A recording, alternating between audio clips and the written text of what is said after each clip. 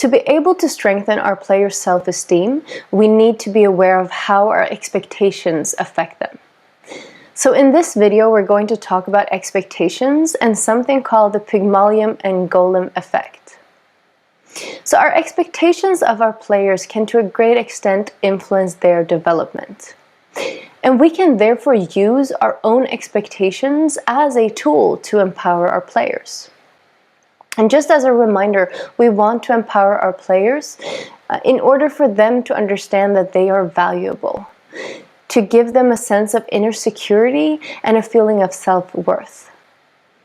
Empowerment leads to a higher level of self-esteem, and high self-esteem leads to a greater possibility that your players will make strategic life choices based on what they truly want and what is best for them, and not based on peer pressure or other people's opinions. So what we need to know as leaders is that leaders' expectations influence their followers' performance. This is what is called the Pygmalion and Golem Effect. So the Pygmalion Effect says that leaders' positive expectations influence their followers' performance positively. And on the other hand, the Golem Effect says that leaders' negative expectations influence their followers' performance negatively. So in other words, having high expectations of your player's performance will lead to that player improving their performance. If you're interested in the history and background of the Pygmalion Effect, search for it on Google or YouTube and you'll find more in-depth explanations of the effect through different experiments that researchers have carried out. But in short, the Pygmalion Effect is an example of a self-fulfilling prophecy. Something that you cause to happen by saying and expecting that it will happen. So I'll give you an example of how a self-fulfilling prophecy, such as the Pygmalion Effect, may play out in a school setting.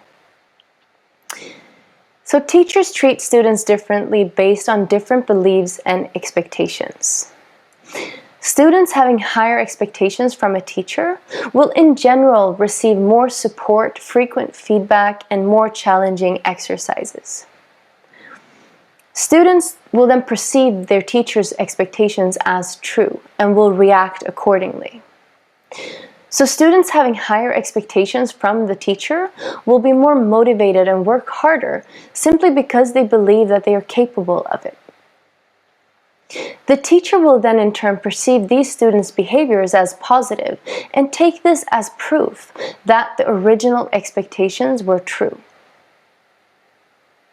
So translating this to the context of a football team, the Pygmalion and Golem Effect will...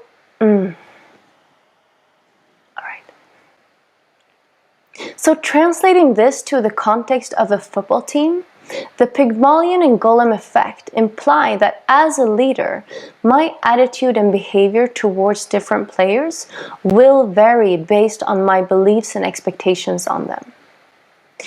So if I have positive beliefs and high expectations on my players, they will believe in themselves and strive to fulfill my expectations.